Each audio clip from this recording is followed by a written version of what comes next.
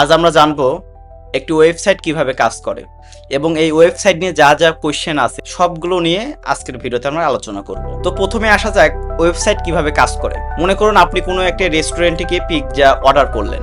আপনি অর্থাৎ এখানে ক্লায়েন্ট বা ব্রাউজার যেটাকে বলা হয়, আপনি যখন ব্রাউজারে যেমন ক্রোম বা সাফারি যেগুলো আছে কোনো একটা ওয়েবসাইটে নাম লিখে সার্চ করলেন, আপনি হলেন ক্লায়েন্ট।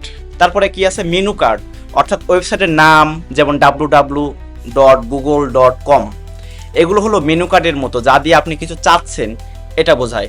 এবং তৃতীয় কি আছে রান্নাঘর, একটা অর্থাৎ সার্ভার যেটাকে বলা হয়, এটা ওয়েবসাইটের সার্ভার, অর্থাৎ আপনার অনুরোধটি ইন্টারনেটের মাধ্যমে একটি কম্পিউটারে যায় যেটাকে বলা হয় সার্ভার। সেখানে ওয়েবসাইটের সব তথ্য জমা থাকে এবং শেষে কি হয় পিৎজাটা আপনার কাছে আসে, অর্থাৎ রেসপন্স, অর্থাৎ সার্ভার আপনার অনুরোধগুলো প্রসেস করে ইন্টারনেটের মাধ্যমে আপনার স্ক্রিনে ওয়েবসাইটটি পাঠিয়ে দেয়। এখন আসা গেল ওয়েবসাইট বানাতে আমাদের কি কি লাগবে। একটি ওয়েবসাইট ইন্টারনেটের দৃশ্যমান করতে মূলত তিনটি জিনিসের প্রয়োজন। প্রথমে হলো ডোমেইন, এটি হলো ওয়েবসাইটের নাম বা ঠিকানা, যেমন yourname.com, একটি অনেকটা আপনার বাড়ির ঠিকানার মতো যাতে মানুষ আপনাকে খুঁজে পায়।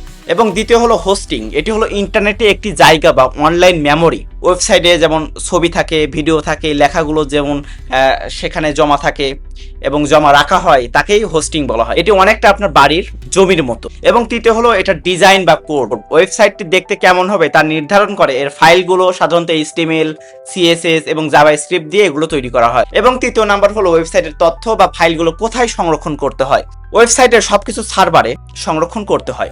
আপনি যখন কোনো হোস্টিং কোম্পানি যেমন ব্লু হোস্ট, নেমচিপ বা বাংলাদেশের যে কোনো একটা লোকাল কোম্পানি থেকে হোস্টিং কিনেন, তারা আপনাকে একটি অনলাইন স্টোরেজ, সেখানে একটি কন্ট্রোল একটা প্যানেল পাবেন এবং কন্ট্রোল প্যানেল থাকে যার মাধ্যমে আপনি আপনার ওয়েবসাইটের ফাইলগুলো আপলোড করেন এবং ম্যানেজ করতে পারেন। এবং চতুর্থ হলো ওয়েবসাইট তৈরির ধাপগুলো, এটা আমরা একটু এক নজরে একটু দেখব। প্রথম হলো প্ল্যানিং, ওয়েবসাইটটি কি নিয়ে হবে, ব্লগ নাকি দোকান নাকি পোর্টফোলিও তা ঠিক করা। এবং দ্বিতীয় হলো ডোমেইন ও হোস্টিং কেনা, একটি নাম পছন্দ করে হোস্টিং সার্ভার কেনা।